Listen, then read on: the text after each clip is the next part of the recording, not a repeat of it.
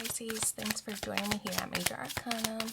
I've already pre-shuffled the cards so that we can get started right away. This will be a love reading for the upcoming week from when you get this message. And as usual, I'll place your person's cards on my left, yours on the right, and then mutual cards will go in the center. For your person, we have the Hierophant, the Emperor, and the Six of Wands. That's all I got to remove the glare. On your side, we have the Fool card, the Seven of Swords, and the Two of Wands, Judgment, and the Four of Swords. No earth energy. Oh yeah, we have the Hierophant. So Taurus energy with the Hierophant, Aries with the Emperor and the Three of Wands, Leo with the Six of Wands, Aquarius with the Four of Swords, Sagittarius, Scorpio with the Judgment card, Aquarius with the Fool card, Seven of Swords is Aquarius again. Ooh. Okay, so maybe that means something to you or maybe not, but on your person's side, I feel that this, it could be an age difference, somebody a little bit more mature with this Hierophant energy, and then younger energy, or more, maybe even more energetic, or just different energy with the Fool card here. So could be an age or maturity difference between the two of you. But the Hierophant is a card of traditions, or being traditional, wanting to do things in a traditional way. Could also represent marriage, is the most obvious signal with this Hierophant card. So marriage for some, or the journey toward it, right? Could also represent support, or achieving or wanting to receive support in some way, a counselor, a therapist, something like that. It could be like wedding counseling. Is that what it's called? Like counseling before marriage, to see that you two are really committed and devoted to the journey. So it could be something like that, but that's what's on your person's mind right now, is taking those steps. We have the Emperor card here. What's interesting to me is both the Emperor Ram energy and the Hierophant Bull energy. It's kind of two hard-headed people, potentially, who maybe butt heads a little bit, each of them kind of high in power and, don't like to be challenged. So I feel like maybe your person views you in that way. You don't want to be challenged. So if for example, let's go with a wedding theme, right? You two want to get married, but they want to take a more traditional approach, where maybe you want a destination wedding or something like that, or you'd be okay with a destination wedding. I feel like that's kind of how your person views you, is like you don't budge once you've made up your mind on something. Now, of course, it doesn't have to be a wedding, but that's just one scenario, not for everybody. We also have the Six of Wands in the position of how they feel, right? And the Six of Wands is this card of victory and triumph. This person is seeking somebody out in the audience to give this ring to, right? So I keep seeing the synchronicities of like commitment here on their side. So yeah, and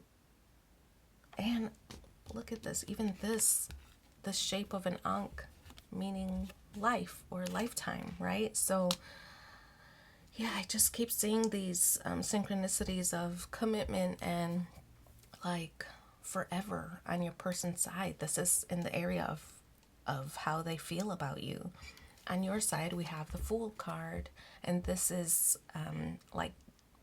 I feel like this is you looking out into the horizon of the possibilities of, entering into this connection or having this commitment, looking out into the horizon.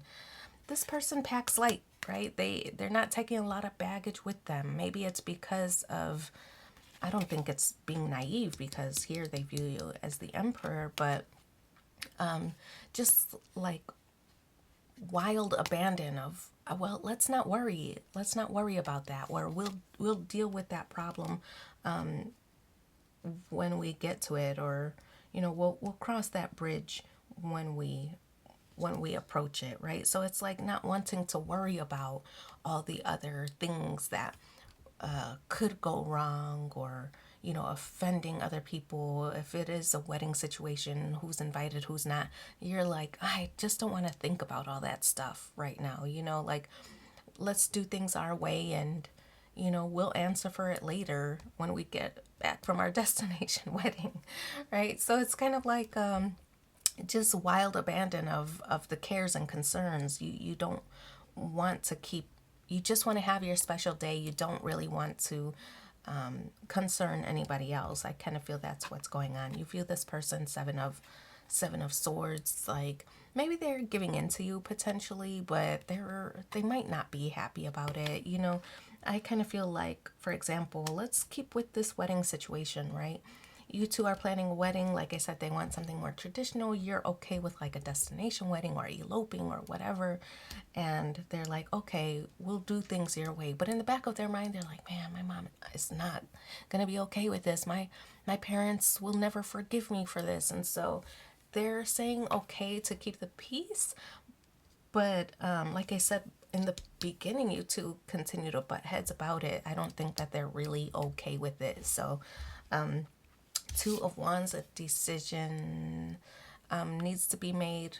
I feel like you two do continue to butt heads. This again is Aries energy, so strong Aries energy, where it's almost like your way or the highway kind of vibes, but not really. I mean, I think that this is a card encouraging some kind of compromise, right? Because you two do want to build a new future together.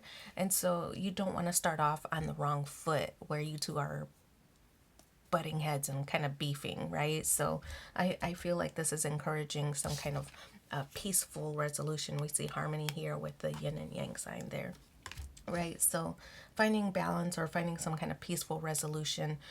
If they're really that uneasy, and we're talking about a lifetime, like there could be some concessions made to give them something special. Maybe make it a smaller, more intimate event, right? So I think there's a way to find some kind of peaceful resolution. We have Judgment card here in the challenge position, and this is deciding what's really important, between the two of you, because it's in the mutual space. What's really important?